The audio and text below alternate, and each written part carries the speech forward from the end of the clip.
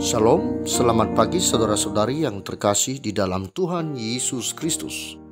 Selamat berjumpa kembali di dalam renungan pagi hari ini.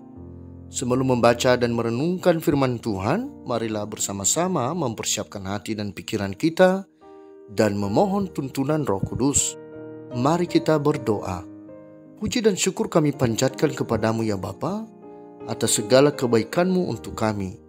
Engkau selalu setia memperhatikan kehidupan kami, dan hari ini kami masih diberikan kesempatan untuk bersekutu denganmu. Selanjutnya ya Bapa, kami akan membaca dan merenungkan firman-Mu. Kiranya Roh Kudus memimpin kami agar kami dapat mengerti akan firman-Mu, bahkan kami bisa menjadi pelaku firman di dalam kehidupan sehari-hari kami.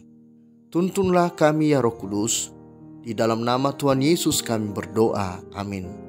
Saudara-saudari yang dikasihi Tuhan, renungan firman Tuhan pada pagi hari ini terambil dari Lukas pasal 18 ayat 35 sampai 43. Saya akan membacakannya untuk kita. Waktu Yesus hampir tiba di Yerikho, ada seorang buta yang duduk di pinggir jalan dan mengemis. Waktu orang itu mendengar orang banyak lewat, ia bertanya, "Apa itu?" Kata orang kepadanya, "Yesus orang Nazaret lewat." Lalu ia berseru, "Yesus anak Daud, kasihanilah aku." Maka mereka yang berjalan di depan menegur dia supaya ia diam. Namun semakin keras ia berseru, "Anak Daud, kasihanilah aku." Lalu Yesus berhenti dan menyuruh membawa orang itu kepadanya.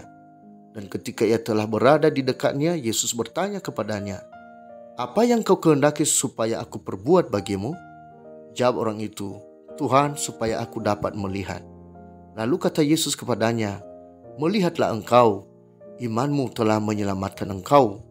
Dan seketika itu juga melihatlah ia, lalu mengikuti dia sambil memuliakan Allah. Seluruh rakyat melihat hal itu dan memuji-muji Allah.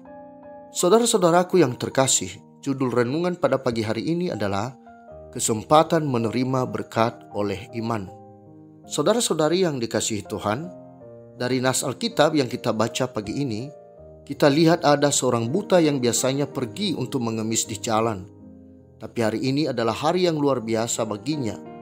Yesus lewat di tempat ia mengemis. Baginya ini adalah suatu kesempatan, karena pengemis buta ini telah mendengar banyak tentang mukjizat yang dilakukan Yesus. Orang tuli mendengar, orang bisu berbicara, orang buta melihat, orang lumpuh berjalan, dan orang kusta menjadi tahir. Maka ketika ia tahu Yesus lewat di tempat itu, ia berteriak minta tolong dan ia mendapatkan penglihatan.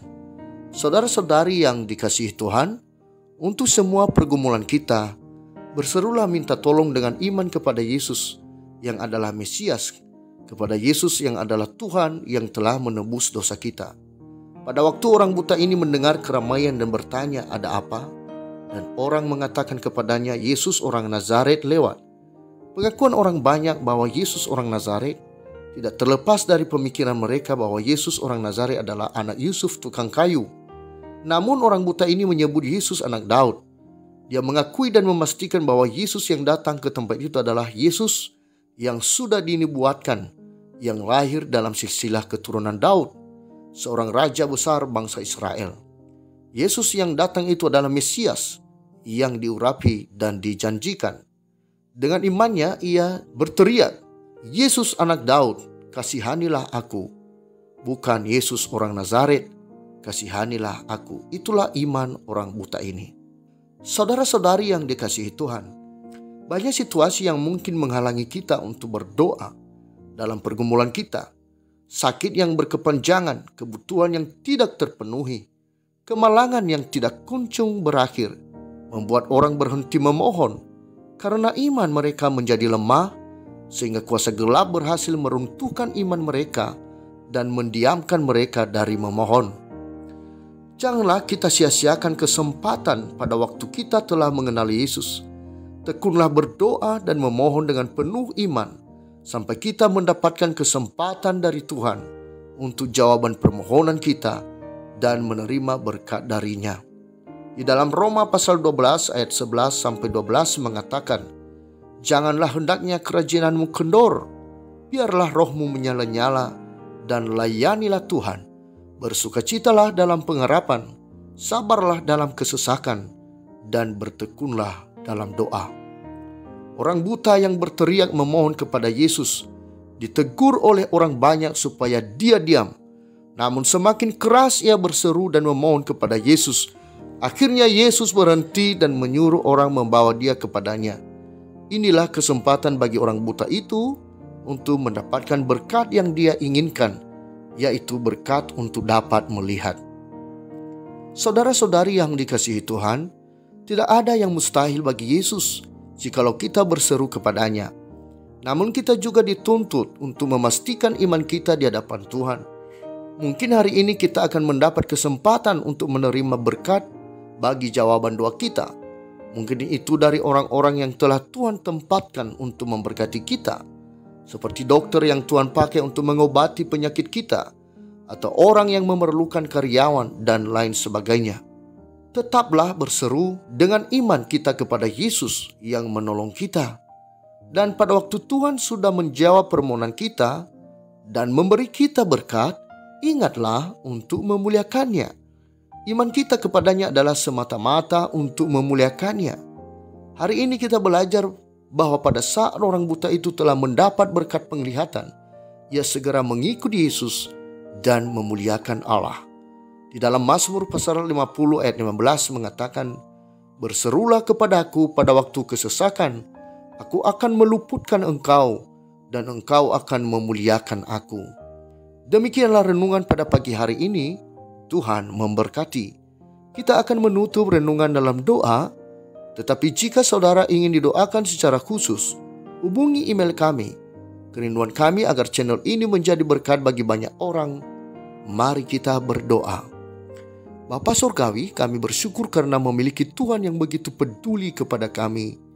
Ketika kami berseru dan percaya akan Engkau, maka segala beban hidup kami Tuhan selesaikan. Begitu menguatkan firman-Mu ini. Kami mengaku bahwa terkadang kami lemah dalam menghadapi badai hidup ini. Kami lupa bahwa sesungguhnya ada Engkau yang siap menolong dikala kami berada pada keterbatasan kami. Kami harus datang berseru kepadamu. Ampunilah kami untuk kelalaian kami ini. Selanjutnya ya Bapa, biarlah Engkau saja yang menjadi kekuatan bagi kami seluruh umat-Mu. Terlebih-lebih yang sedang mengalami pergumulan hidup, kiranya segera mendapatkan sukacita surgawi. Bapa, sebentar lagi kami akan melanjutkan aktivitas. Kami mohon penyertaan Tuhan. Jadilah kehendak-Mu Bapa. Di dalam nama Tuhan Yesus kami berdoa. Amin. Saudara-saudari, mulailah harimu. Kiranya kasih dan anugerah Tuhan senantiasa melimpah di dalam kehidupanmu. Muliakanlah Tuhan di dalam setiap aktivitasmu. Dan jadilah saksi hidup bagi firman-Nya.